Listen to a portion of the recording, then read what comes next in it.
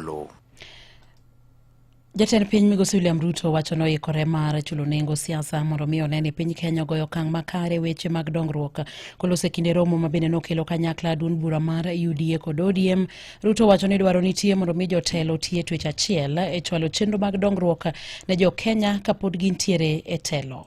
I am ready to whatever price to make this country change. We must change this nation. And we can do it. The Right Honorable Raila Odinga tried with the first slum upgrading projects. The housing levy, go and read the Azimio manifesto. Is there. And we have the opportunity to implement what was in the Azimio manifesto and what was in the Kenya Kwanza manifesto.